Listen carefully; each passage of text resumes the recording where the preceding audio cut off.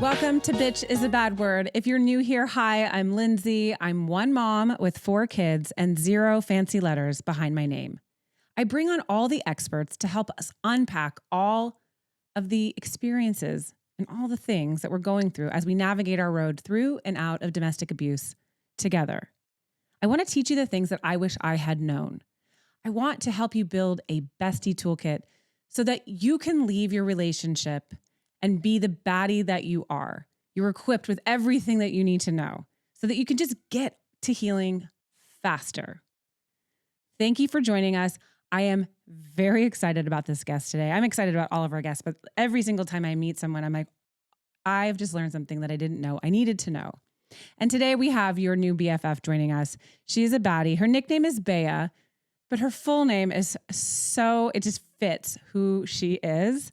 It's Beatriz Victoria Albina. And I hope I didn't fuck that up. She is a baddie. She has all the letters. She's a UCSF trained nurse practitioner, master certified somatic life coach, and the author of the forthcoming book, End Emotional Outsourcing, a guide to breaking free from codependency, perfectionism, and the burnout cycle of trying to be everything to everyone but yourself. She's also the voice behind the Feminist Wellness podcast. And today she's bringing her full, fierce, ready to go LFG energy to Bitch is a Bad Word. And before you dive in, if you're in a toxic relationship or navigating emotional abuse, you're not alone. Please call the National Domestic Violence Hotline at 1-800-799-7233 or text START, S-T-A-R-T, to 88788 and get support now. They're there for you 24 hours a day, 7 days a week. They've got your back. And, you know, like a little housekeeping, if you're digging this podcast, if you like it, please like, share, review, subscribe, share with a bestie, share with a BFF, and let them know that there's something that they may learn from this or, you know, hopefully just help. If I can reach one person, I've done the work that I set out to do. Also, guys, we've got an amazing community on Patreon, patreon.com/bitch is a bad word. There's a whole community of baddies there building and regrowing their network. And we'd love to see you over on Patreon. So let's stop apologizing for taking up space and call out every system that told us that our worth comes from being small and silent and selfless. Today's guest is a walking permission slip to stop people pleasing and emotional outsourcing and finally come home to yourself. Thank you for joining us. Welcome to Bitch is a Bad Word. Welcome back to this episode of Bitch is a Bad Word. We have your new BFF joining us. Bea, welcome to the show. Thanks so much for having me. I'm delighted to be here. I am so excited to get into this conversation. You have a lot of letters, as I like to say. Why, thank you.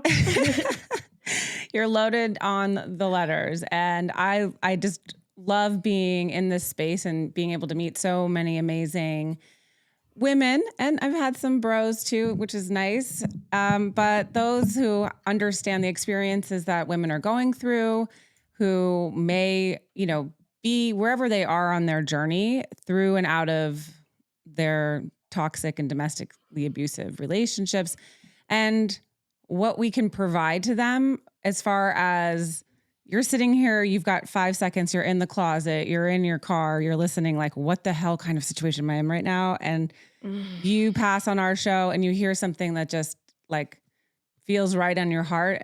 And we want to be able to provide some guidance and some light in this really heavy moment in their lives. So thank you for joining us, sharing your experience. You've got a lot to talk about, so let's just get right into it. Let's go. Okay. So I don't know the answers to any of the questions. That's why I kind of have these. I say I have no letters behind my name. I read big words and I'm like, what the fuck is somatic healing? What the hell is this? Like, I don't know what any of these things mean. But they seem like there's they might be really important. So They're pretty important. And like, we're not supposed to know everything. I cannot fly a plane. okay. Do you Well, know what I'm saying? Like, you're yeah, not supposed to know everything. yeah, You keep 4 tiny human animals alive. that's Well true. done, you. And I can't fly Yay. planes, but I sure do know what somatics is. You want to start there? It is wicked important, especially when Okay, you're coming out of super lousy relationships and you're trying to reclaim your life. let's do it. Okay, cool. So somatics is like a big term that is really all about the body. So soma means body in Greek, and ticks is like just studying something. So somatics is really about any modality that brings us back into connection with ourself, with our bodies, with the experience of living our lives from the inside and not just through the mind and our projections and mindset and stories about the world, but instead tuning into the brilliance of the body. And I think this is particularly relevant to your listeners because so often when we are in a really lousy relationship or working our way out of it, our brain will take us back to when our body knew that this was a terrible idea. Okay. But our conditioning and our socialization, right? Don't be mean, give him another chance. I'm sure he didn't mean it, right? Blah, right? Leads us to override the body. So in the process of reclaiming ourself, our lives, our everything, it is vitally important that we reclaim our somatic connection, our connection with our body.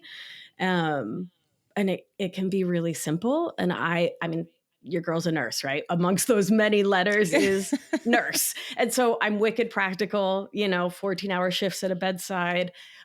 We can talk, let's explain all the things and then get super practical with some tips that folks can really use at family court, at a mediation to like stay sane. Well, the sanity part is important because, Right? you're going through all these things, and none of them are like, again, something that you ever want to be experiencing or expecting to be experiencing. And a lot of our listeners are most likely in a situation where they're dealing with their ex post-separation abuse. They're having to co-parent, well, absolute bullshit, with this person who's inflicted the most emotional, physical, whatever harm on them. Yeah. And I liken it to living with like a snake in the basket. And Yeah. you don't know when that snake's going to pop out and bite the shit out of you. But then we're also that same snake that's biting the shit out of us. We're running after and being like, hey, what the fuck, snake? Why'd you bite me? I'm a good person. Can you tell me why you bit me? Why are we asking those questions? Yeah. That's conditioning, right? Or we're like Sure. the mind, body Well, are not. that's more like amygdala and the fear center, I'd guess. And Oh, like, big word. which one? I said big word alert, amygdala. Amygdala. It's a good one. Like it feels nice in the does. amygdala. It's good. It's good. Amygdala is the fear center. It's the emotion center in the brain. It's part of the limbic system, the evolutionarily old part of the brain, the reptile brain, and it gets activated when something's scary, and it gets activated by big emotions, and it leads us into sort of binary black and white thinking. And so it leads us often to do stuff that like with more somatic tools, with more nervous system regulation, we can pause and be like, oh, wait, I don't have to chase this snake. It does absolutely nothing for me to chase the snake. Because why were you abusive? I don't know. Like, what else are you going to get? Right. Like, Right. right. And, or just more gaslighting. Well, if you hadn't. Right. Right. But that part of our brain, sort of in concert, I'd say, with our inner children, I think we're looking for some kind of answer that absolves us of guilt. Okay. I think that's what most of us are doing. I know that's what I was doing. Right? Is like, if they can just admit that it was all them, then I can forgive myself. Ugh. Oh, gross. Oh. If you want to kick me off the show right now, like I totally understand. No. Like I'll just leave. Bye. I'm so sorry. No, because you struck a chord that is true. It's like, because when you're in these situations and I mean, I'd like to tell our besties that are listening, you have experience here. Like you Yes. have the letters and the experience. And the X. I've got the letters and the divorce papers. Yeah. So like Cheers. you're our trifecta. Hey, baddie, we are building the biggest, baddest bestie gang, and it's popping off on Patreon. Visit patreon.com/bitch is a bad word. We have free tiers, paid tiers. We even shed some real tiers.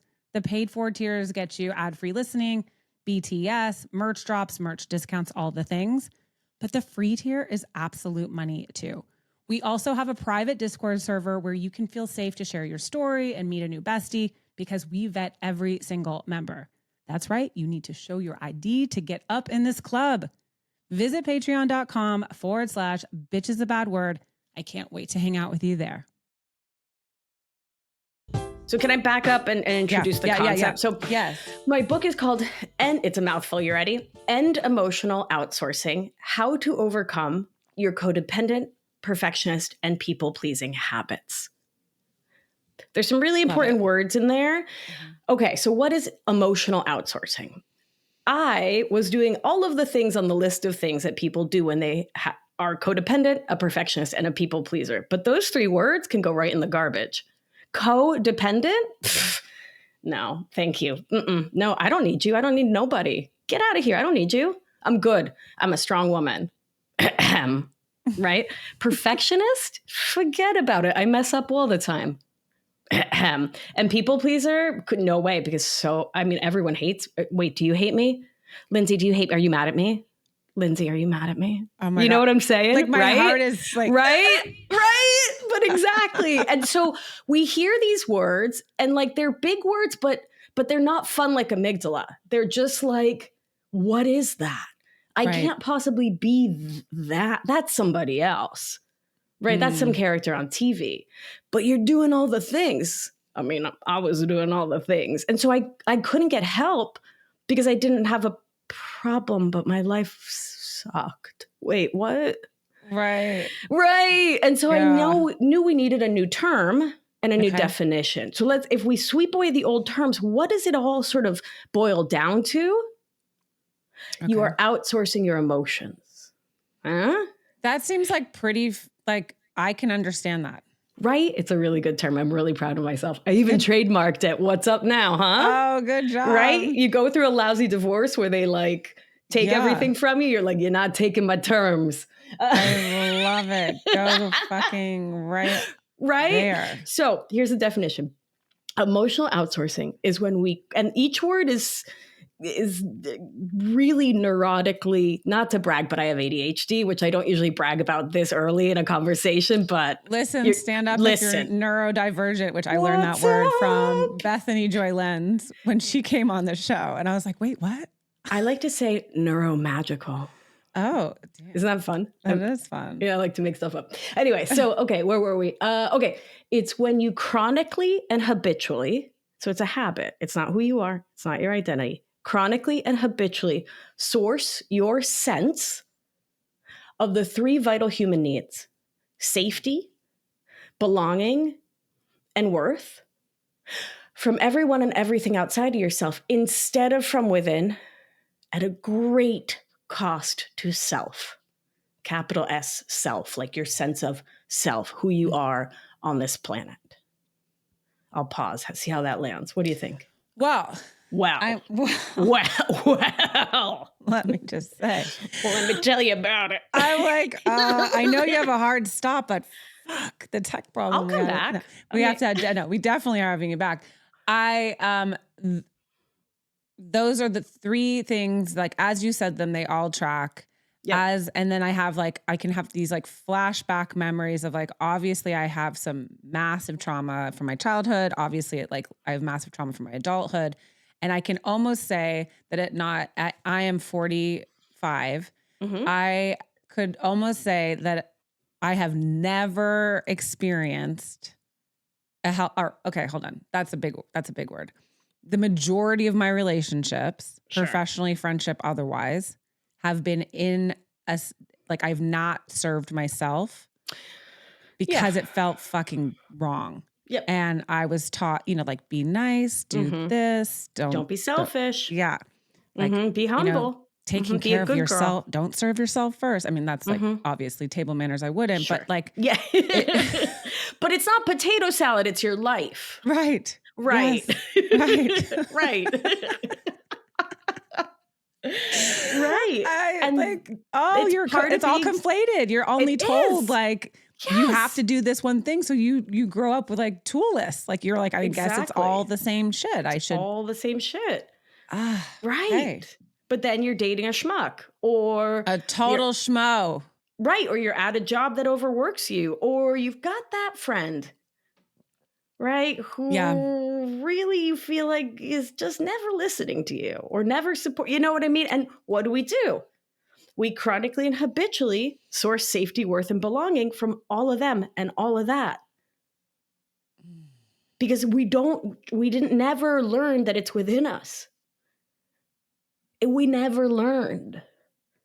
And so we energetically collapse around that, right? Our posture, our way of holding ourselves, our way of being Mm-hmm. is in response to grasping at other people, projecting our stuff onto others. I can look back. My abusive ex was a fixer-upper project for me. God, I'm gonna like cue Coldplay. I will fix you right now. I'll probably try to have my editor put it in right Can you there. We'll afford the just, rights to that? I I don't mean, know. I mean, he can try to sue me, whatever, get in line.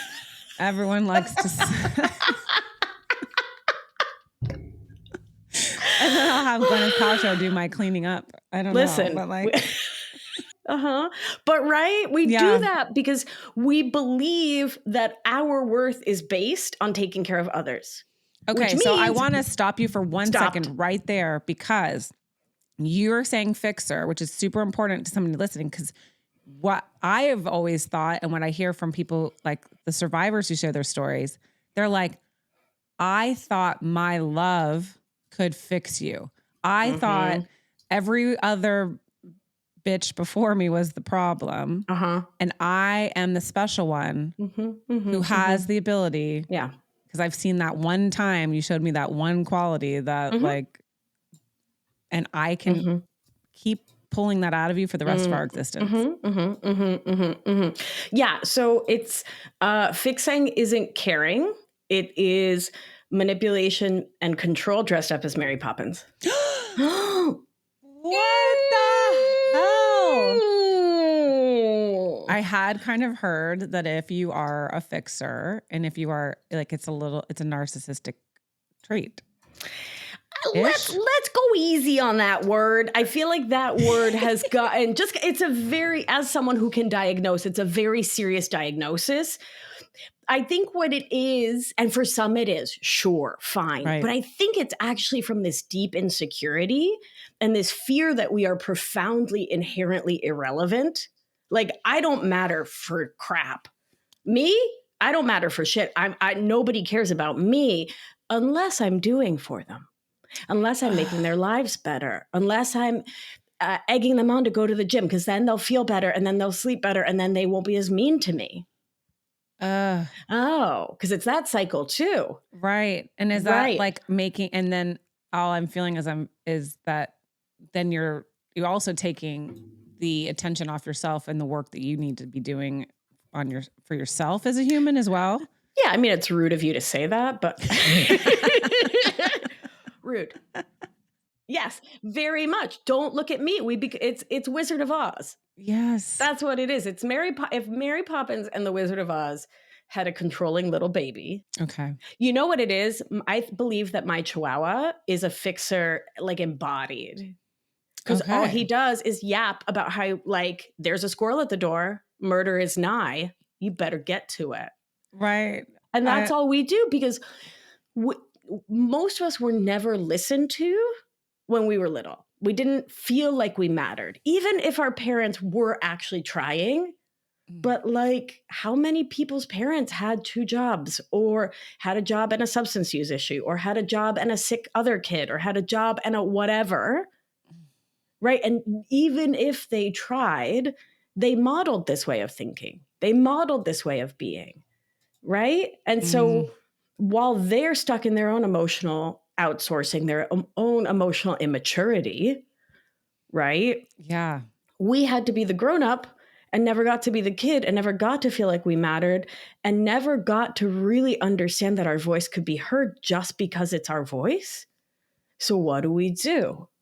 You get a tiny headache, it's a migraine 27 out of 10. Some things, a paper cut, right, is the end of the earth. We make things really big. We control really big because if not, we'll never get heard, or we go super stoic. My point is we go to extremes because we were never shown the middle ground. Right? Right. Wow. Right. And we're smart. We're not fools.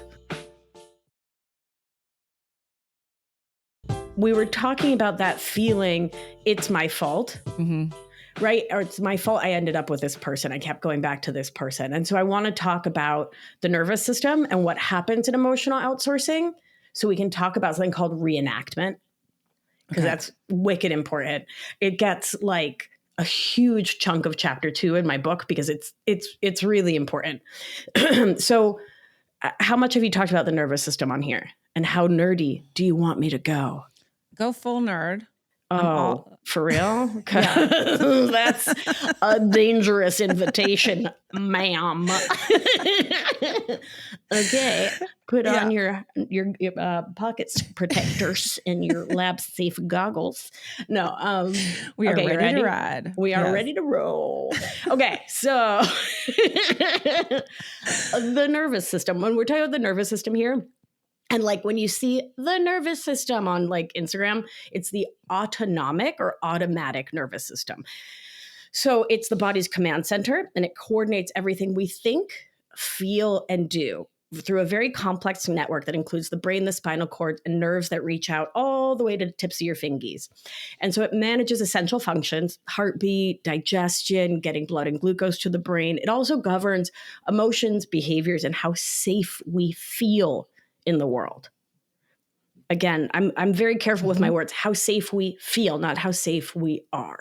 Okay. So the autonomic nervous system is constantly scanning through a process called, you ready? Big word alert. Okay, big neuroception. Okay. Neuroceptions, constantly scanning for cues of threat or safety. Black and white. It's a cobra or it's a stick in the grass. It's a lion or a tabby, no in between, right? And so our nervous system has the one job, which is to keep us from dying. Thank you, right? Okay. And to do that, it reacts to both real and perceived challenges, forming thought and behavior patterns based on past experiences that control our life now. At the heart of this system, there's 3 branches. Sympathetic activation is fight or flight, adrenaline. Oh my God, it's the worst. Crisis, freak out, panic, right? And that gets activated when there's perceived danger. So we can punch a lion in the nose or book it out of there. Then there's ventral vagal, which is the safe and social, totally chill part of the nervous system. That's where I am right now. I love talking to you. You have such a great vibe. This is really fun. I love nerding out. And then there's dorsal. And I think we've all definitely been there when someone's been screaming at you for an hour and you feel like you've just like completely left the room and you're just like deer in the headlights, like, dorsal. That can also happen like in a boardroom where you just like, your nervous system gets overwhelmed and you sort of check out and you're like, wait, what? Oh, sorry. I just, dorsal. That is the nervous system state of it evolutionarily of like it's the last option. It's when the lion's been chasing you for like an hour and you're like, oh my God, she's not going to give up. Because by the way, it's the lionesses that hunt. Did you know that? Oh no. Hey, come on. Let's fucking go. Why? Let's go. Let's go, lioness. But she's been chasing you for an hour. You're like, you know what? Forget about it. I'm going to take my chances playing dead. And so you collapse and you're like, deer in the headlights. Does she think I'm dead? Fingers crossed. So that's the freeze response, the disconnection, dissociation. It's called dorsal, right? And so our ability to move through these 3 states in our nervous system, in our mind, body, spirit, dictates how we experience the world. And I think we've all listening had the experience of someone drops a pen a mile away and you jump like someone just shot you. You know what I mean? Oh my God. That high alert. Yeah, I'm a fucking train wreck, right? Like half the time. My kid, like, just like, I feel so bad because then I'm like, God, like, whatever. I'm going to tell you a quick little story that's happening where I feel like the worst human on the planet. And I had had to say, this is how, okay. My littlest is learning to whistle.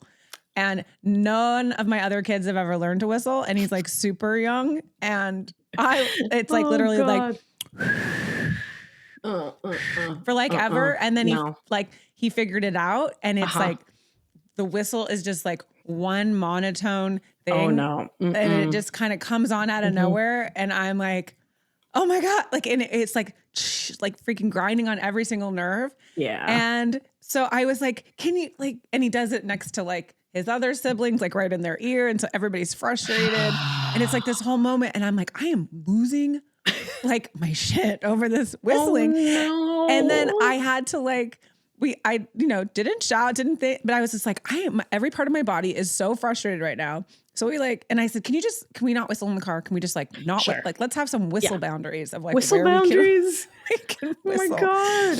And then I drop him off at school. I'm driving home and then I start crying. I'm like, you are such an asshole. This kid has just learned to whistle, which is like, could you imagine the day that like you probably learned to whistle? Or like how hard it is to actually like, nobody can whistle. It's hard. So I turn around, I go to school, I get like a day pass. I pull him out of class and I was like, hey buddy, I really want to say I'm sorry. I forget what it's like to be little and I forget what it's like to learn something new. And I am just so busy adulting or trying to adult that I forgot. And it's a really cool skill. And I'm really sorry. And he's just like, I love you, mama. And then I leave, but I'm like, how the fuck I'm so pissed off about the whistling. I mean, it still kind of drives me nuts, but at least I'm like, that's the response I feel like we're talking about. He's dropping a pen a million years away. And I'm like, what the okay. Well, first of all, two things. One, I think this whole story actually makes you Mother of the Year. Like I'm going to go get a trophy engraved for you. Don't tempt me because I will. Because there's so much study of messing up isn't what hurts relationships. It's not repairing. So it doesn't, especially with kids, they don't remember what you did wrong. They remember the repair. Oh, okay. Yeah. That's so awesome. The fact that you told him don't whistle on like a 0 to end of the earth trauma, it was probably a 0.000001. But in a like, I trust this grown up 0 to 10, you going all the way back to apologize is like a 47 on a 0 to 10 scale. It's a really big deal that you went back and repaired. Oh, yeah. Like huge round of applause. That's like a really big, like I'm a little choked up thinking of like that kid's nervous system now trusts that if you mess up, he doesn't have to have sympathetic activation. He doesn't have to go to dorsal. He can stay in ventral vagal in the safe, social, connected area with you because he knows that you're most likely, because this is now your track record, going to come back and go, bro. And you're going to fix it. You're going to make nice. And that is what matters. Damn. Oh, look at you. Way to go. I'm figuring it out. Wow. Great job. For reals. For really reals. Great job. Oh, wow. Yeah. Well, shit. Now I feel better. Way to go. Okay, great. What else can I go and repair today? Yeah, right. It's only Thursday. Listen, you got time. Your time's on your side, right? But like about the whistling, there are, particularly for neuromagical people, there are certain tones. Okay. All right. You ready? We're going to nerd again. Let's do it. So let's talk about prosody of voice. Whoa. So Stephen Porges' PhD is the guy who came up with the polyvagal theory. The science has some significant flaws, but as a metaphor, it's incredibly useful. So I use it in my work. he also did some studies on prosody of voice, meaning the nervous system responds to tone way more than your words. So like, I don't know if your mom or like some, teacher always said, it's not what you say, it's how you say it. Yeah.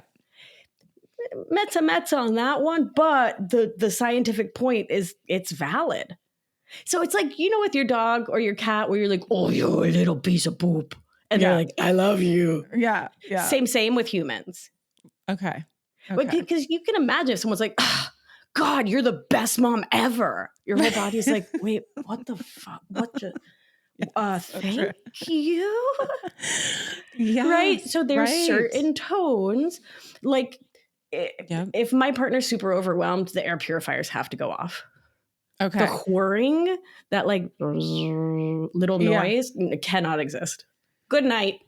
Absolutely. Oh God. Yeah. I don't even, when I'm like ramped up or like we're the same age before getting some of that nice progesterone. Okay. Whew, God, I love that progesterone. I was going to actually take the air purifier and murder it and then send the broken pieces to its parents. Like I wanted to kill that machine with my hands. And I'm a gentle animal, compassionate. I meditate. I was going to murder it. So I think part of the whistling thing is, sure, you got a lot going on, kitten. And so it sounds like there's some dysregulation in your nervous system. So dysregulation is another term that's getting bantied about till it loses its meaning. But it simply means, can you leave the safe and social part? Can you get worked up or shut down and bring yourself back home?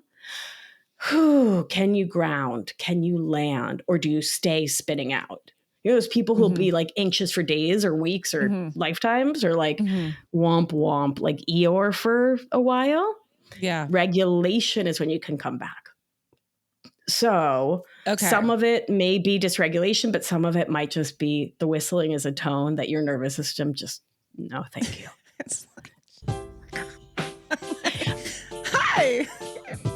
I mean, we're not sponsored by those little earplugs, but you know what? Right? No.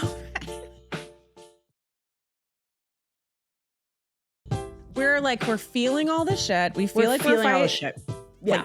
And that is like a really, and I imagine there's sometimes like I can, like even right now I'll be like this and then I'll have to say, Lynn's like, fucking calm down. Just like take a breath. And so when you're like in this moment, like let's imagine our bestie listening right now is in a place where they've left. I love the idea that someone listening is like just on the other side of the, like last week they were listening and they were there. And then this week they've gotten like, they were over the fence and they've left. And now they're all like fucking jacked up in emotions and like, they don't know what's up and down and their whole life is, but you still have to go on with your day. You still have to show up for everything. Yeah. Make sandwiches and change diapers and walk dogs. Yeah. For everything. You got to live. Yeah. You got to live. Okay. So we got to talk about two things. So when your nervous system is dysregulated, there's sort of two main things we can do. One is calm it, which in our modern world where we like, Victorian women would get a prescription to like go to the seaside.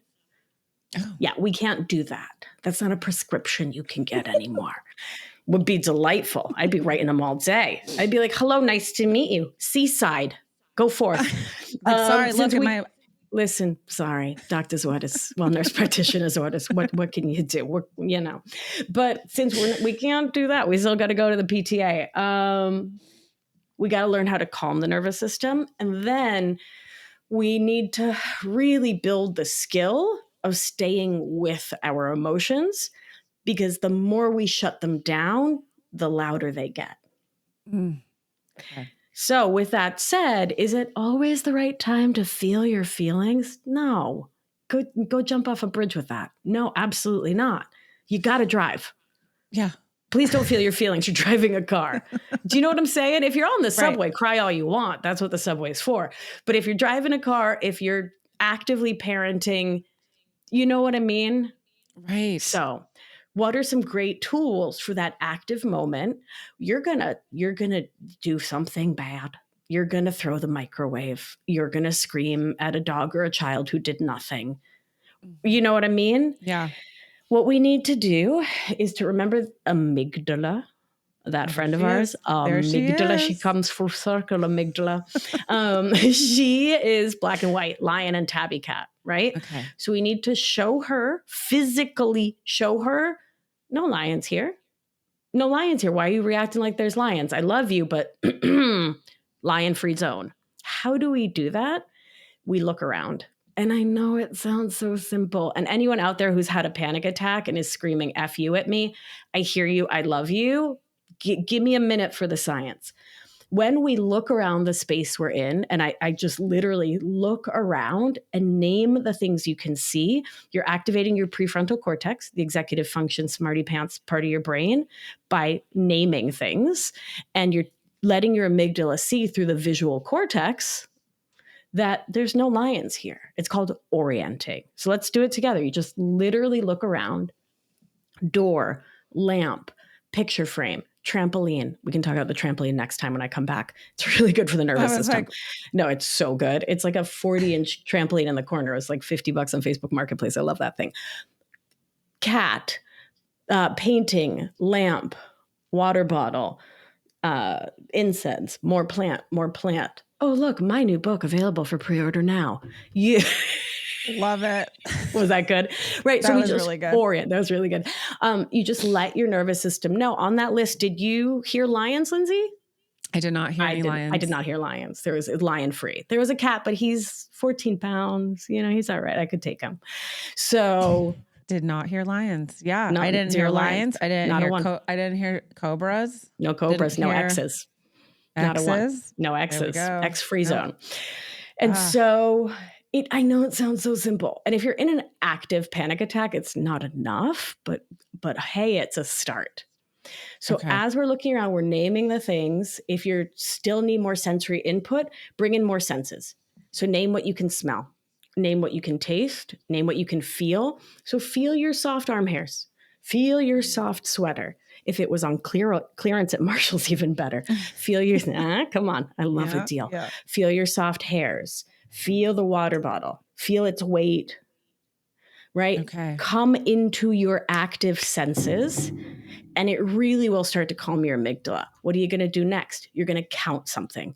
Counting, again, activates prefrontal, counting and patterns, counting and patterns, counting and patterns. What are nursery rhymes? Counting and patterns. Okay. Oh, it's almost like our foremothers friggin' knew what they were doing. Right. Right. Oh my God. 1, 2, buckle Old your McDonald, fucking shoes and get out the door in the car. We're going to go. Exactly.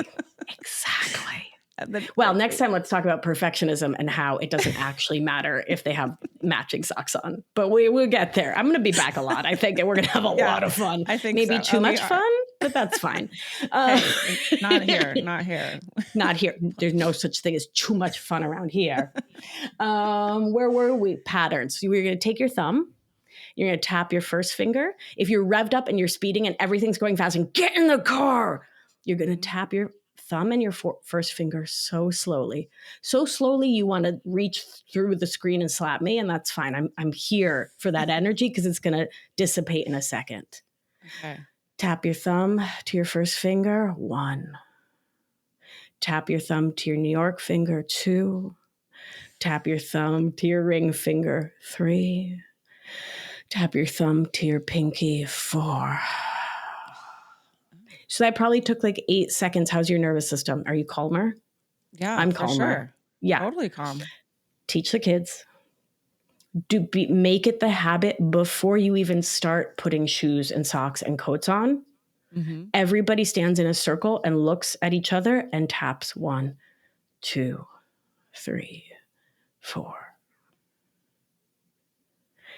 Make it the habit of the household, right? Teach them to orient, because our nervous systems do something called co-regulation. Remember, regulation was when you get out of ventral vagal, you're freaked out and sympathetic, you're shut down in dorsal. Regulation is coming back home to yourself. Ooh, okay, that was intense, but I got me.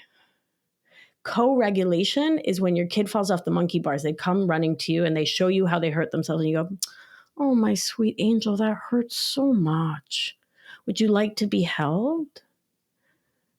I'm co-regulating your nervous system because you're 4 and you don't know how to do that because you're just a baby monkey, right? Mm. But I'm a bigger monkey. And so I can lend my soft nervous system to yours, right? So the more we can do this, it influences our kids. And when we teach our kids to do this, they'll help us just by being more chill, right? So we slowly count if things are fast. If we're feeling shut down, if we're feeling overwhelmed, wait, what? We go fast.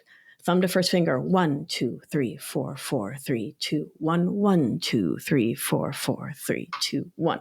It's a little pep, right? Do you feel a little pick me Yeah. up? I'm like, Yeah.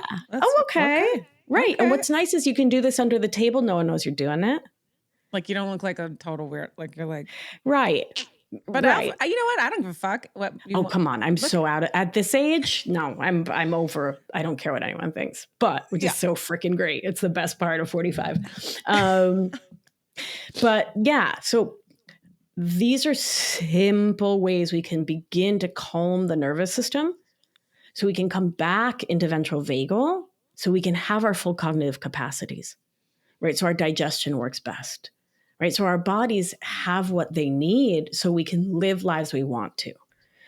So the antidote to emotional outsourcing is developing the internal capacity to feel your own feelings without making them anyone else's responsibility, to offer care to others without taking on their emotional states, to receive feedback without making it mean something about your fundamental worth, and to stay connected to your own truth while remaining open to connection. Meaning, you live here. Okay. You live in your body, not just in your old stories. So what I'm hearing is the feeling that you feel in the moment that you're feeling it. Someone gives you feedback. Yeah. It's not up to us to go back here to the time, like our teacher told us, you talk too much, Lindsay. Right. I'm gonna have to move you. You know, you're so annoying. Like, or no, like, you're bothering everybody. Yeah. What are you gonna do with all that talking? I'm gonna have a fucking podcast. That's what I'm gonna do. There you go. Me too. Uh-huh. That's what I do. Right. But so I'm not going back there. I'm not going back to like any other feelings in the moment right now, this 1 second. That's the only responsibility I have is to feel how I'm feeling about that this second. Right now. Because when you do that, when you're present in this moment, you've got your wits about you. Okay. You're in your truth. You have the capacity to connect in with what you really want instead of looking outside of yourself for safety, belonging, and worth. Is that what the term like, or like when you're like, you're reading too much into it? Is that kind of that like, that same thing? Like you're reading, Yeah, you're I've said this projecting. one thing and now I'm like, so someone tells me something and I'm like, well, maybe did they mean it like that? Maybe they meant, is that what Right. you're kind of give someone a present and they're like, oh, okay, thank you. And you're like, wait, no, you don't like it? Oh my God, I'm sorry. It's too much or it's not enough. You hate it. You hate it. You hate it. Oh my God, you must think I'm the worst friend. I'm so sorry. I really thought I was doing something thoughtful. I thought about it so much. And then you're spinning and you're off to the races. Yeah. Orient. No lions. I am right here, 45-year-old, grown-up woman in my own apartment. I am here and now. Oh, okay. Well, you're welcome. And you just smile. And if they don't like it, they're a grown-up and they can say, hey, let me get a gift receipt. I'm not sure it's my size. Oh, hell Or yeah. they can freaking donate it. What do you care? Right. Right. But you don't spin off into the past, present, or the past or future. Okay. So because then I'm like, I don't know if this is even real because I listen to a lot of shit on Instagram. Yeah, sure. If you're depressed, you're thinking of the past. If you're anxious, you're thinking about the future. If you're present, you're kind of chill as fuck. I'll take the last part for sure. Okay. Other ones. Okay. So Yeah, present. the other ones are a little more complicated, but yeah, I mean, when you're present, you can decide how you want to feel. Because there's a lot going on this planet right now. I want to feel very, very, very angry about and very sad about. Very angry and very sad. And as a somatic experiencing practitioner, my work is not to stop having those feelings. It's to not have them run my life. Okay. So when you're like in this monkey mind and Yeah. like everything's upside down and like, I feel like in addition to like having to deal with like the upside down clown show of your ex, Sure. all of the All shit. the things. Yeah. And I'm like, oh my God. Like sometimes I liken it to like, I say, I feel like a meth addict on a pogo stick right now. Like I'm just It's a fucking. lot of visual, and I'm here for like the degree, like the intensity of the metaphor. Go on. Like, so I don't know what to do right now because I'm like, what if? And Right. there's like these moments where I used to say, I'm a chill person, but I think that that's a lie. I think I have always pushed it away. Yep. And then it would come out later in like something that made no sense. Oh yeah. And then I'd be like, Oh oh, yeah. I'm the worst. I can't believe I did that. Sure. So Yeah. it's Well, that's black and white thinking. okay. I'm chiller, it's the worst. Because it's you. Who's chill, and it's not the worst. Do you know what I'm saying? Like, right. It's medium terrible and medium amazing. Life is 50-50. Okay. Right. And so equanimity is what we're talking about. That's like the Buddhist term for it is the work of regulating. And I'm going to leave the Buddhist framework for a second. It's the work of regulating your nervous system. Like we were at a friend's really beautiful cabin on a lake this weekend, and I kept picturing the starving children in Gaza, and I just kept sobbing. And I did not make myself stop. Not interested. I wanted to be present with that feeling in my body. I wanted to process that. I wanted to, because it's part of my shared human experience. Right. Right? No child should be hungry. No. None. 0%. No person should not have food. 0%. It's like the issue that fucks me up the most. We all got our thing. Mm-hmm. And so being a regulated, grounded person means I can go to full 10 out of 10 sobbing, bashing my fists, how dare they, anger. Feel it all the way through and come back into self and cook dinner. And be totally fine. I wasn't negating, I wasn't subsuming, I wasn't pushing it away. I was fine because I had cried it all the way out. Like, let's go back to the kid on the monkey bars. Right? They fall, they get scared, their nervous system gets activated into sympathetic fight or flight. Scary. They come to you and you're a grounded, regulated parent. You say, oh, my little tender one. And you hold them. You know that moment, you know how they'll like cry and cry and then they'll go, okay, bye. And then they run away. Yeah. And they're just like freaking fine. It's because they let themselves process the feeling all the way through their body. And that's the skill we need to reconnect with. We need to remember how to feel the feeling all the way through so it doesn't run us. We are with it. And I think that's what we should talk about when I come back on the show. Yes, I absolutely do think we should. Done. Perfect. Look at you getting yourself invited back to the party. You like that? You like that? I'm a Leo New Yorker. Yes. I love That's how it. we do. You're welcome. Yeah, you're here. You're welcome. I love it. Okay, great. Okay, great. So let's sum this up because Okay. this woman is busy as fuck and she's got to go. And now I get why you're busy. So like, Jesus Christ. You're doing some good shit. Thank you. We're like, we want to always leave. We want to I want you to like, give me the cliff notes. Yeah. And then what is the tool our besties can put in their toolkit? Got it. So in this moment. Here's the take home. Codependent, perfectionist, and people-pleasing habits are habits. They're survival skills from childhood, from our family of origin, from some point of stress, distress, and trauma in our lives. It does not mean that you're broken, that there's something wrong with you, that you're like a bad, enabling whatever, you're not defective.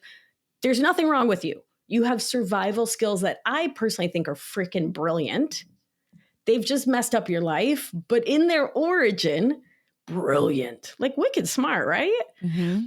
And so the work is to come back into right relationship with our bodies and with ourself, so we can be present in our bodies and can make decisions from our body's wisdom, not from the conditioning in our brain, right? And to do that, we need to learn how to regulate our nervous systems. And it's completely doable, because listen, if I did it, you can do it. Right? You can do it. I have faith in you. You can do it. So that is the take home. And so what do we do in the moment of crisis? We orient our nervous system. We get our prefrontal cortex going with patterns, with numbers, with counting. We bring our kids into it. We bring, we get support. We don't try to go it alone. And we lean on beloved community, because that's what we need. We need to feel less alone. And that's what you're doing with this show. So yay.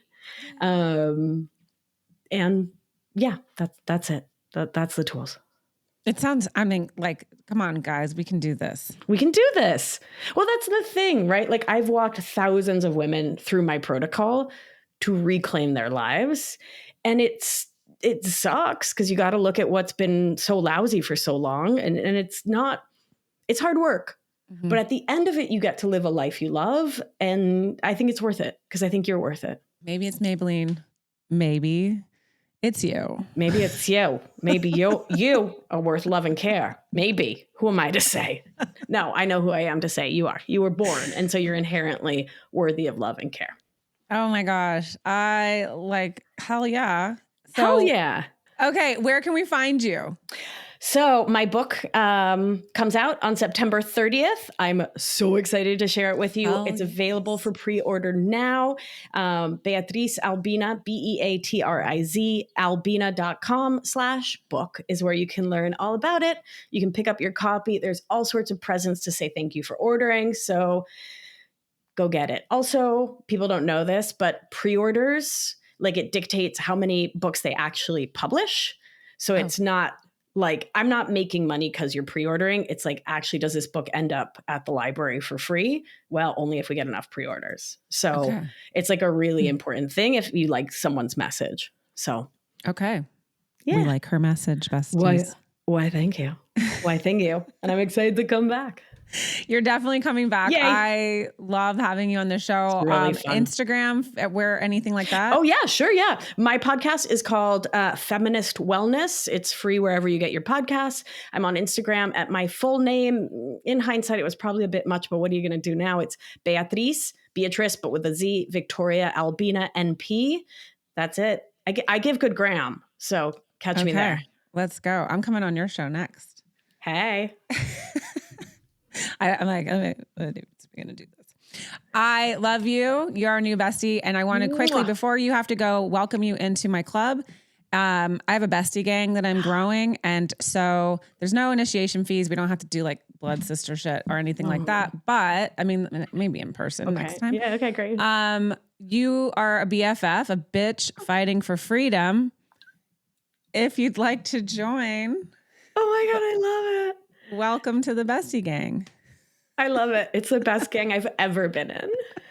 It's amazing. I love you. Amazing. Okay, you're coming back. We're going to put it on the calendar right away.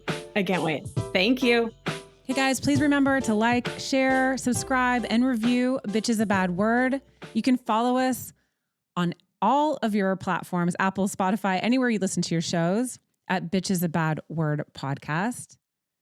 You can send me your texties from your exties to our DMs on Instagram at Bitch is a Bad Word pod. Follow us on TikTok and YouTube at Bitch is a Bad Word.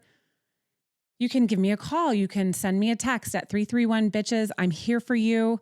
I've got your back. Whatever it is you want to share, I'm your girl.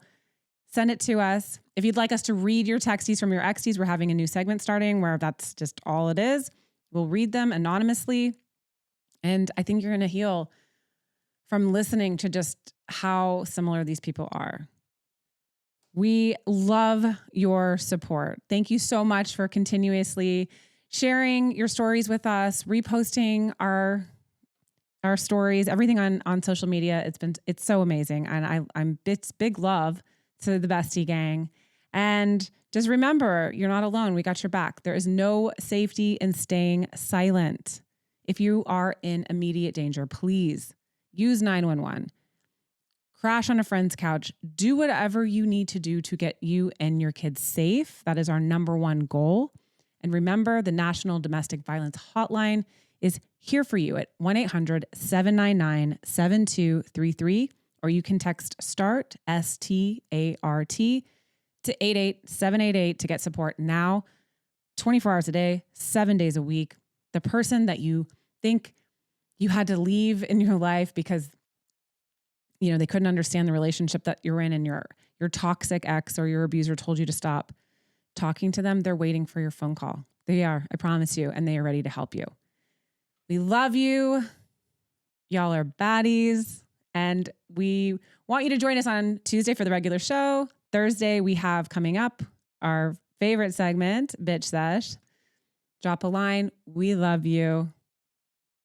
See you next Tuesday. Bye, besties.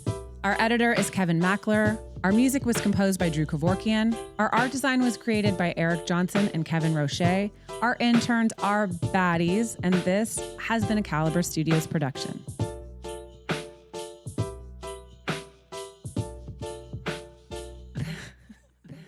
Bitches being bad.